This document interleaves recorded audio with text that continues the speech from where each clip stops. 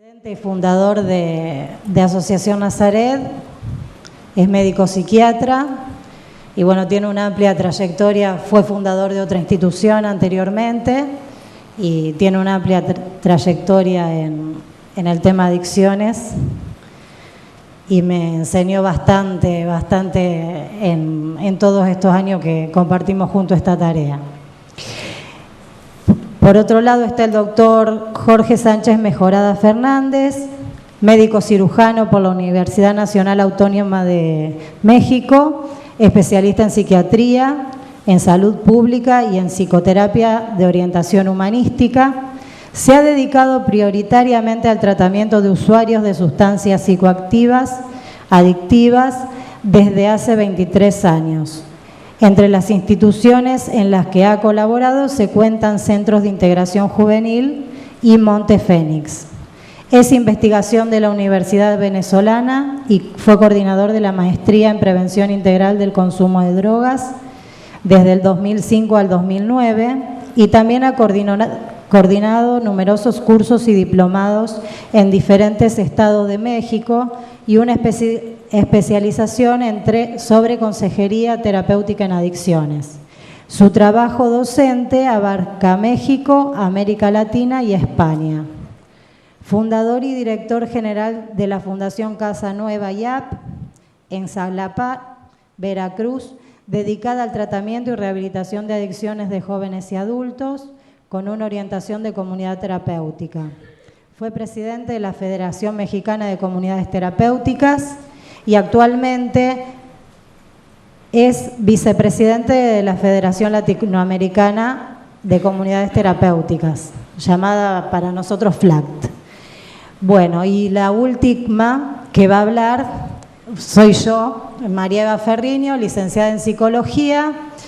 Soy directora general de Asociación Nazaret, además soy docente en escuela primaria escuela secundaria y eventualmente en algunos seminarios en universidades y trabajo en todo lo que es la supervisión de los programas terapéuticos específicos. Vamos a hablar de distintas perspectivas del abordaje de adicciones y bueno, espero que sea interesante y que podamos después abrir a un debate. Bueno, buenas tardes. Ustedes ven el título de esta charla que vamos a tener esta tarde y no es que tenga un error de tipeo.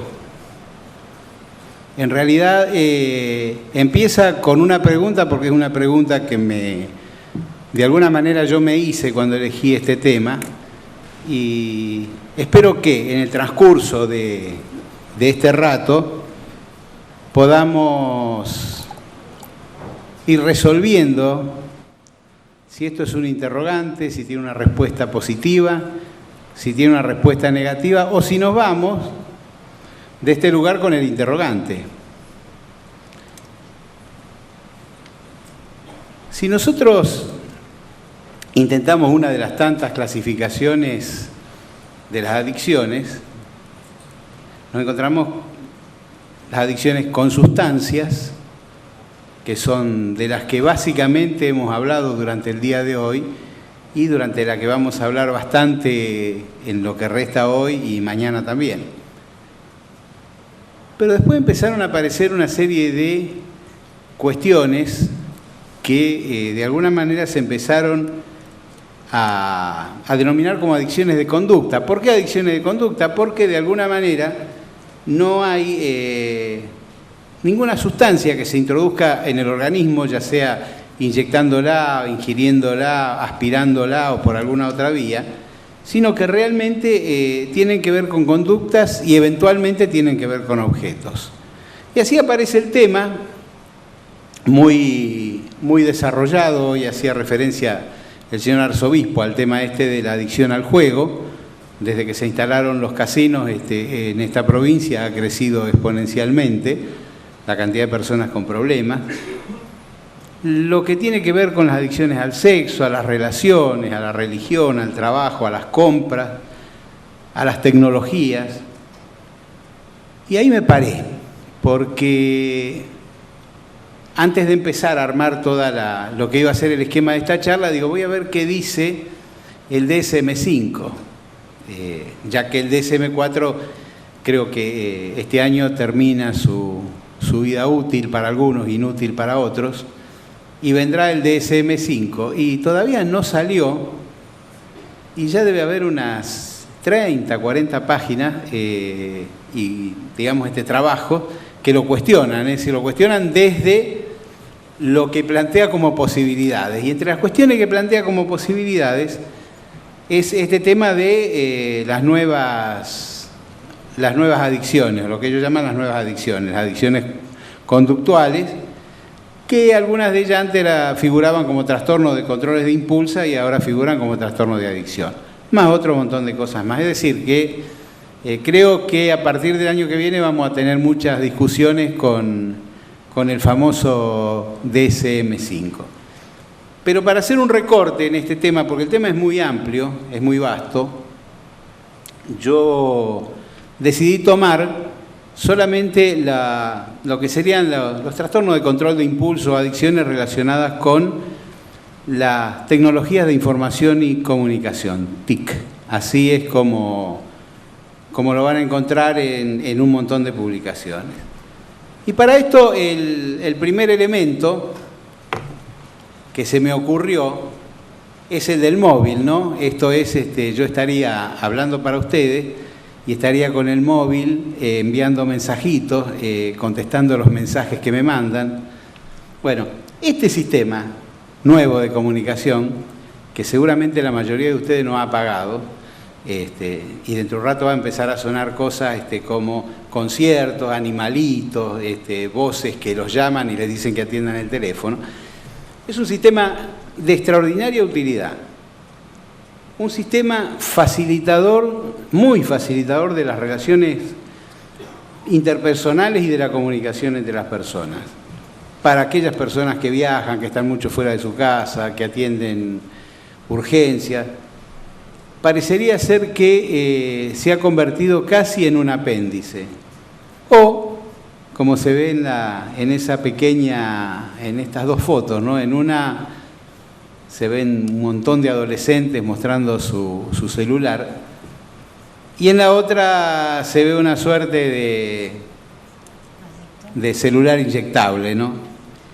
En la década del 80 empieza el uso del celular, y ustedes deben recordar que eran unos aparatos grandes que parecían unos ladrillos, que la marca en ese momento era Movicom, y se fueron imponiendo, pero llegaron, qué curioso, ¿no? Llegaron a la popularidad, parece que se rozara con esto, porque llegaron a la popularidad con el caso Coppola. ¿Ustedes recuerdan el famoso caso Coppola, que aparecían estas chicas que atendían el celular permanentemente en televisión y se grababan las conversaciones y todo lo demás? Es decir, un caso que tenía que ver por lo menos que tenía que ver con el tráfico de drogas o con algo parecido. Empezó a ser popular el tema del celular. Hoy, según el psiquiatra Blas Bombín, que es un psiquiatra del programa Hombre, dice que más o menos 1 de cada 1000 personas puede hacerse adicto al móvil o estar próximo a hacerlo.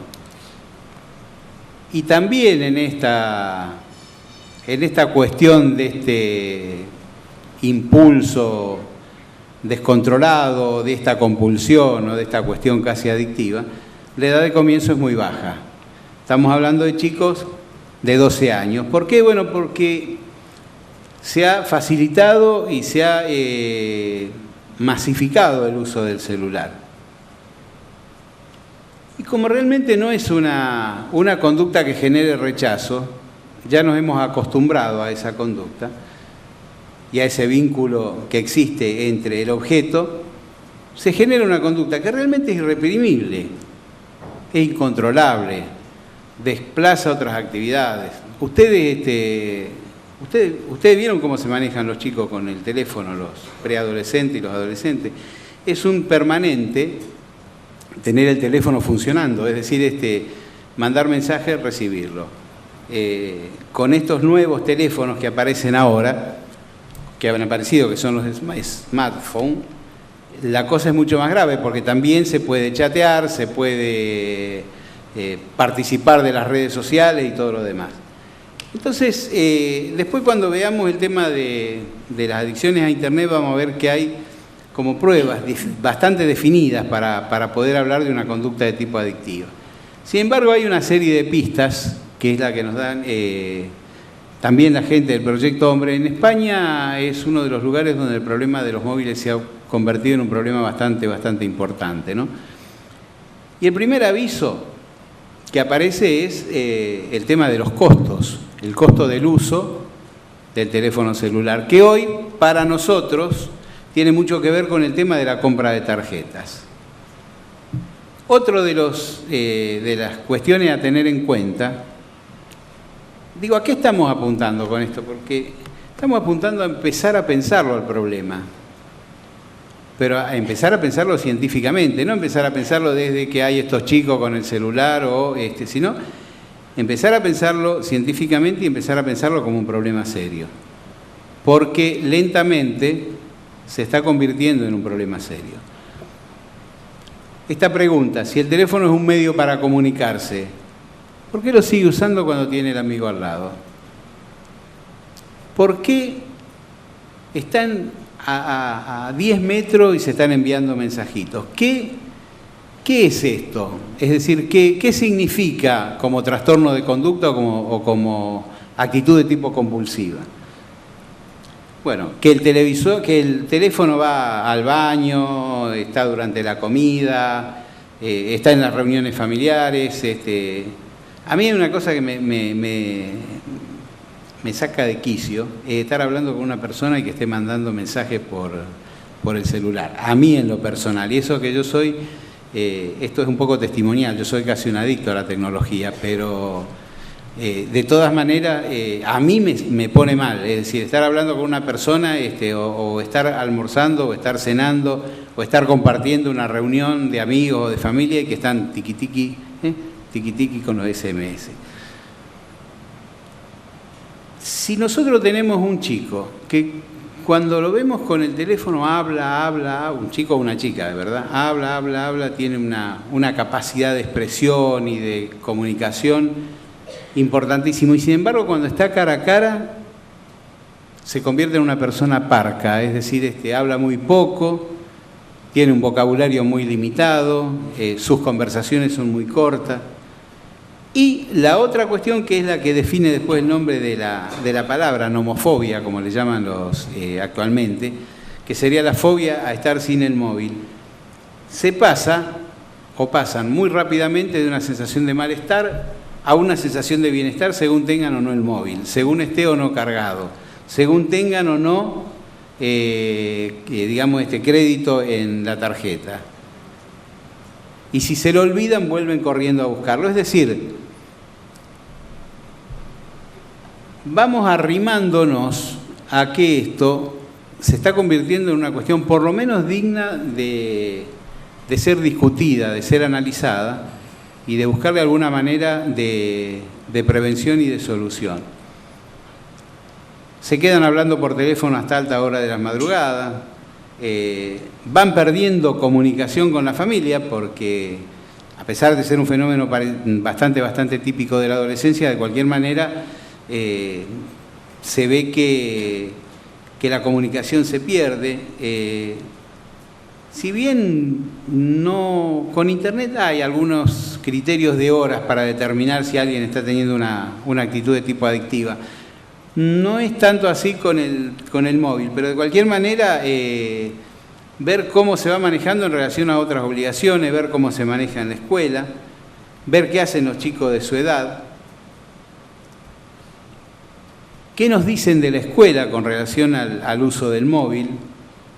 Bueno, si todo esto, todas estas cosas van apareciendo, yo creo que deberíamos nosotros hacer docencia con las familias con las que tratamos, con las familias que tenemos cerca, que es bueno que empiecen a pensar en consultar a ver por dónde se está planteando esta esta conducta que podíamos llamar adicción o no, pero que de todas formas una conducta indebida, un abuso del uso del teléfono móvil. Y a eso habría que agregarle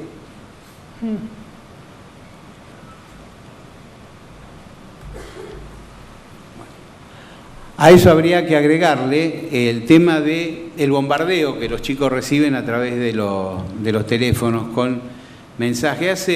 Ahora ha desaparecido un poco, pero hace un par de años atrás el tema de llame a tal número y que va a tener garantía de que le hable una chica, es decir, cosas que tienen que ver con el cibersexo y que de alguna manera también llegaban a los chicos a participar en concursos, a comprar cosas, etcétera, ¿no? Lo fundamental y lo esencial en lo que se usa el teléfono celular es en el envío de mensajes de texto. Y esto no es un problema nuestro, no es un problema de la Argentina, es un problema que en cualquier literatura a la que uno accede se encuentra con este tipo de cuestiones, es decir, con el tema del SMS, aparte de la descarga de cuestiones que cuestan dinero, ¿no? Pero la estrella realmente del uso del teléfono celular son los SMS, ¿no? Esto es los mensajes de texto. Y esta cuestión de tipo casi fóbica, que es el tema de la aparición de ansiedad, palpitaciones, sudores, cuando dejan el móvil en su casa, cuando tienen la tarjeta descargada, o se quedan sin cobertura, o no tienen batería. Este es más o menos el tema del móvil. La pregunta, yo me la hice también a la pregunta y no la tengo del todo respondida. ¿Es una adicción? ¿Es solamente una moda? Hay un trabajo de la Escuela de Médicos de Viena que han hecho un estudio acerca de si hay o no bases neurobiológicas relacionadas con el tipo de microondas que produce el teléfono, si hay un accionar sobre los sistemas de recompensa de los que hablaba hoy el doctor Dorado en su exposición acerca de la marihuana. En síntesis, la pregunta sería, ¿estamos ante un fenómeno que genera riesgos ocultos? ¿Estamos ante un problema cuyas consecuencias todavía no podemos dimensionar? ¿O esta cuestión de los riesgos ocultos tiene que ver con riesgos ocultados por el fenomenal negocio que son las empresas de telefonía celular? Y para cerrar un poco esta primera parte de la charla, traje algunos datos para pensar y que tienen que ver fundamentalmente con nuestro país. Estos datos son de mayo del 2012, es decir que son nuevos. En nuestro país hay 53.6 millones de celulares en servicio. Esto es 1,34 aparatos por persona de promedio, calculando que somos 40 millones de habitantes. Ahora, yo no he visto mucho bebé con móviles, digamos, es decir, el móvil es una cuestión de los chicos, de los adolescentes y de los adultos. Yo diría que, considerando los chicos, los que no lo usan, los que están fuera de áreas de cobertura, estamos hablando casi de un promedio de 2 aparatos por persona, sin tener en cuenta situación social, necesidad, etcétera. Los mensajes de texto crecieron en 3 años un 20%. El 80% de los poseedores de teléfonos celulares los usa y la mayoría son menores de 25 años. La cantidad de smartphones, esto es de los teléfonos inteligentes, se duplicó en un año y se calcula que se va a duplicar de nuevo para mediados del año que viene. Y los equipos crecieron del 2009 al 2012 un 113%. La mitad de los celulares más caros son adquiridos por jóvenes que tienen entre 15 y 24 años. Y este es un estudio acá de la Argentina, del Centro de Estudio Especializado en Trastornos de Ansiedad. El 53% de los usuarios de móviles tiene temor de salir a la calle sin el equipo. Y le genera esta sintomatología que hablábamos antes, es decir, ansiedad, temblores, etcétera, etcétera. Esto creo creo que por lo menos debería ponernos en situación de empezar a pensar dónde estamos, sobre todo porque en nuestro país con el tema de la inseguridad, que es un tema que está bastante... Los chicos cada vez más chicos salen con su celular y se hacen dependientes del uso de ese celular. Yo sigo sin responder la primera pregunta, es decir, ¿es una nueva adicción? Yo no estoy tan seguro que lo sea, pero sí creo que es un trastorno del control de los impulsos bastante severo y que recién hablábamos con los periodistas del tema del marketing y todo lo demás. Muy preocupado por el peso que tiene la publicidad o que tiene la publicidad de las empresas de celulares. Es decir, en esto estamos todos claros que, claro, ¿ves? Ya le estoy haciendo la propaganda, claro, pero Claro, Movistar, personal invierten fortunas en publicidad y en la venta de aparatos, que son cada vez más modernos y cada vez tienen más prestaciones que la mayoría de nosotros no usamos ni vamos a usar nunca, es decir, porque ni siquiera sabemos cómo usarla.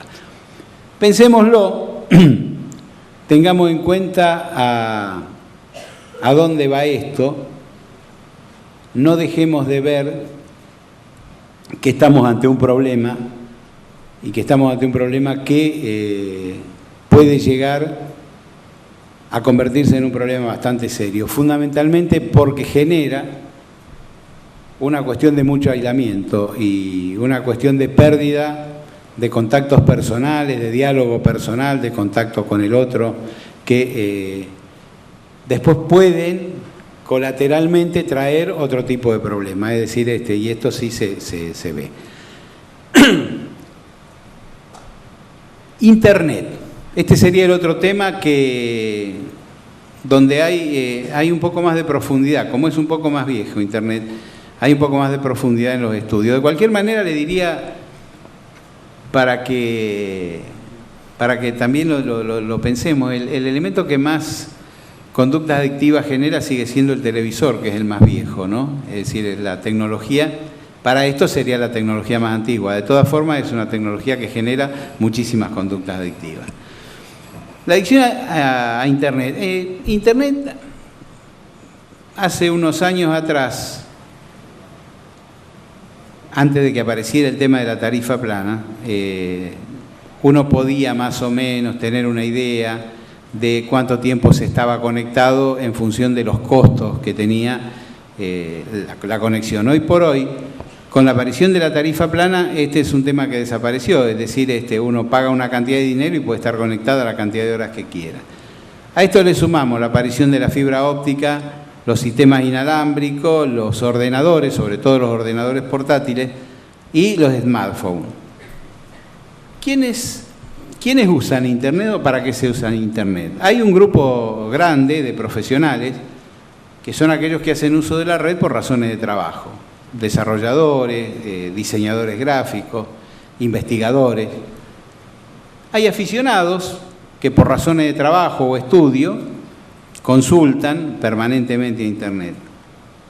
Hay usuarios perturbadores, que no son pocos, que son aquellos que utilizan la red para molestar a través de acciones agresivas. Ayer nomás hubo una historia de una profesora adulta que a través de Internet había generado una relación cibersexual con un chico de 13, 14 años. Es decir, esta es una cuestión bastante seria, el uso por parte de perturbadores. Y por último, lo que podríamos llamar adictos, o por lo menos algunos llaman adictos a Internet, que son personas que permanecen tanto tiempo que llega a interferir en su vida normal, tanto en lo laboral como en lo familiar y lo relacional.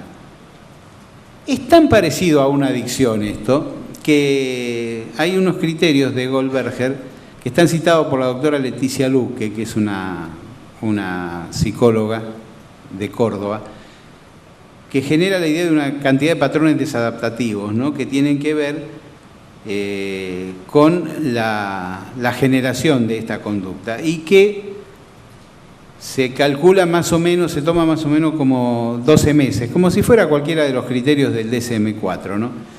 Y tendría que cumplir 3 o más de los criterios siguientes. Acceder más tiempo del que uno tiene dispuesto o planeado. Está buscando uno permanentemente actividades relacionadas con Internet.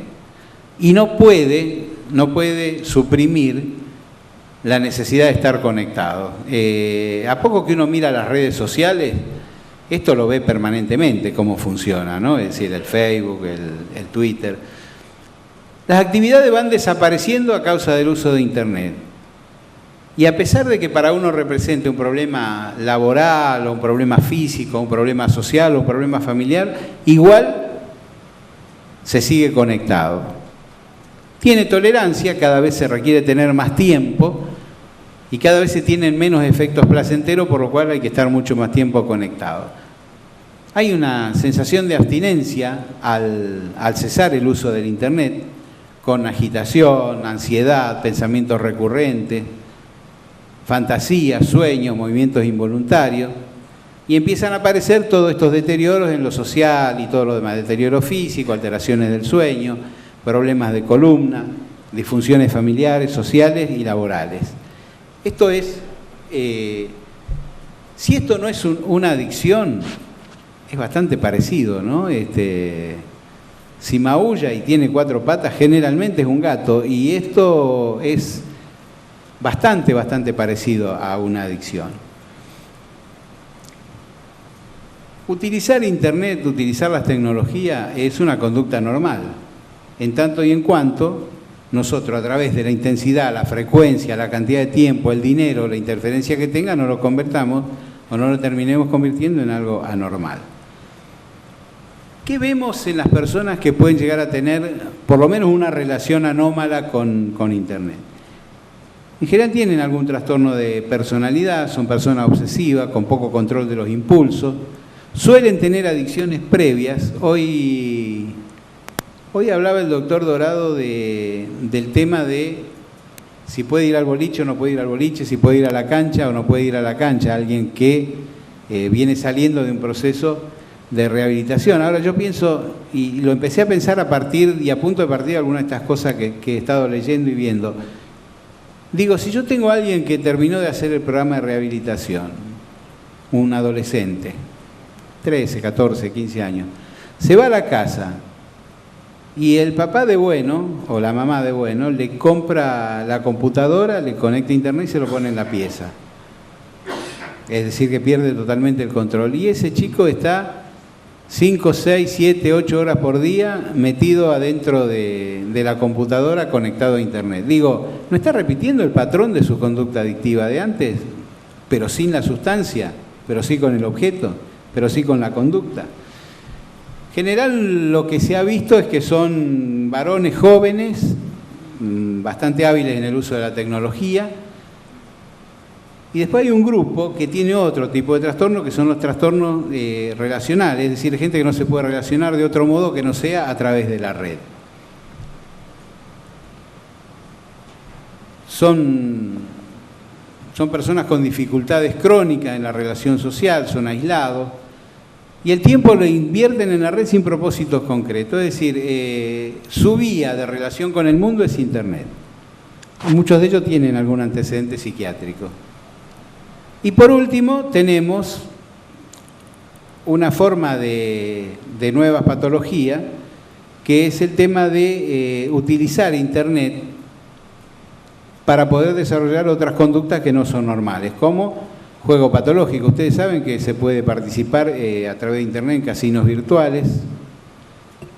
Bueno, actos ilegales como la pornografía infantil, alteraciones de la sexualidad, acoso sexual. Es decir, que este uso de Internet puede generar, evidentemente, nuevas conductas patológicas o exacerbar las conductas patológicas existentes. Como yendo ya a concluir toda esta cuestión, ¿no? La primera pregunta sería si hay un solo tipo de adicción a Internet. No. Hay adictos cuya cuestión pasa por lo que sería la adicción cibersexual. Esto es el consumo de pornografía no infantil, sino el consumo en general de pornografía y en forma casi diría obsesiva y compulsiva, ¿no? El tema de las ciberrelaciones a través de las redes sociales, el chat, la mensajería instantánea, es decir, son personas que van perdiendo la capacidad de conectarse o porque tenían algún problema previo para conectarse con el otro o porque realmente así les resulta ser más cómodo. Las compras compulsivas, que también el tema de la compra compulsiva se define también como una cuestión de tipo cuasi patológica, ¿no? El tema de los juegos interactivos, que según algunos autores, yo por lo menos estuve viendo en esta revisión que hice, algunos dicen que el tema de los videojuegos puede ser un paso previo a alguna ludopatía y fundamentalmente el tema del aislamiento social. Digo, seguimos con la pregunta sin responder, pero me parece que estamos como arrimando, este era el objetivo mío en esto, ¿no? Arrimar elementos para que lo pensemos. Pensemos que alguna vez nos dijeron que había una cosa, ¿se acuerdan los que trabajan en este tema? Yo digo que acá en adicciones siempre nos corren el arco, ¿no? Es decir, ¿se acuerdan que alguna vez alguien dijo que había unas drogas de síntesis, que hacían algunas pastillitas, que eran las pastillitas del amor, y no significaban casi ningún problema? Casi parecía, era una cosa muy... Hoy sabemos todos los que trabajamos en este tema que el futuro va a pasar por esas drogas, es decir, por las drogas de diseño, por las drogas de síntesis, porque por ahí va a pasar. Bueno, no vaya a ser que con esto nos encontremos con que el problema nos viene desbordando y nos va a terminar superando.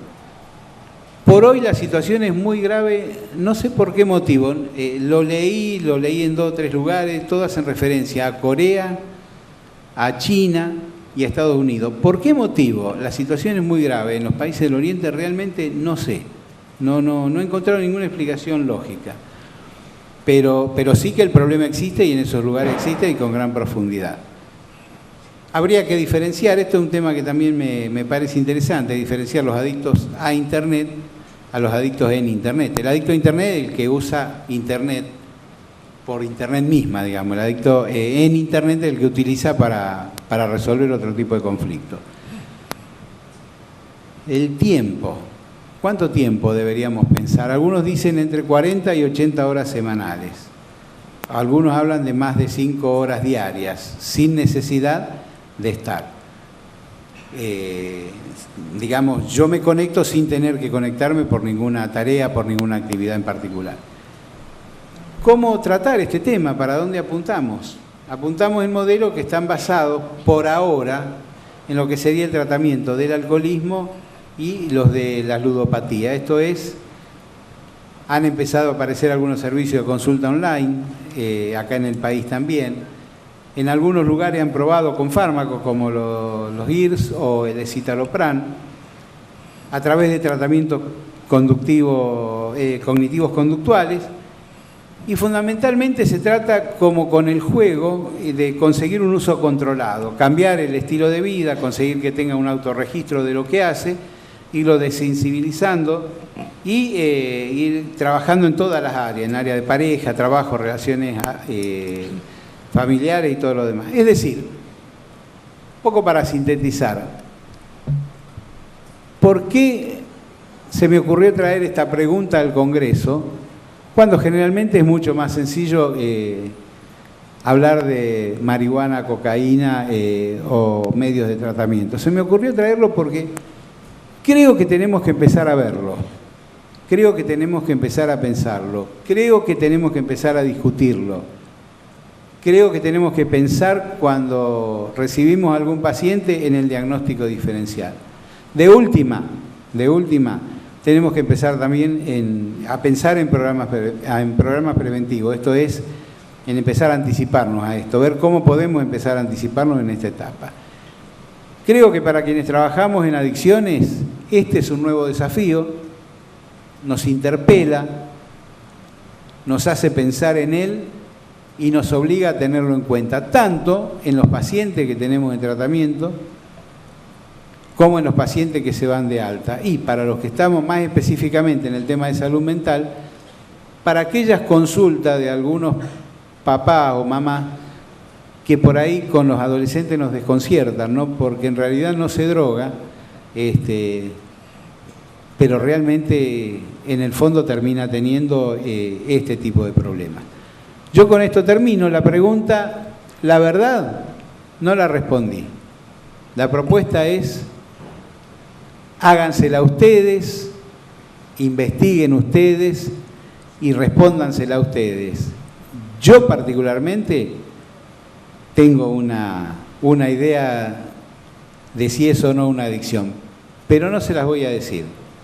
Quiero que cada uno de nosotros en este lugar, cuando nos vayamos, por lo menos nos vayamos pensando que hay adicciones que no tienen que ver con la sustancia y que pueden llegar a generar tantos problemas como las adicciones de sustancia. Nada más, gracias.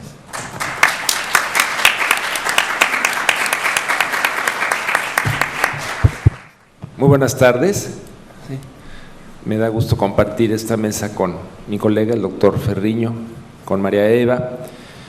Y pensaba yo, a propósito de este congreso, que cuando se cuenta con un trabajo de 22 años en una institución de servicio a las personas, pues está muy bien colocado para organizar este congreso y otros, porque hay todo ese sustento que da el trabajo cotidiano con las personas. Entonces, muchas felicidades por esos 22 años.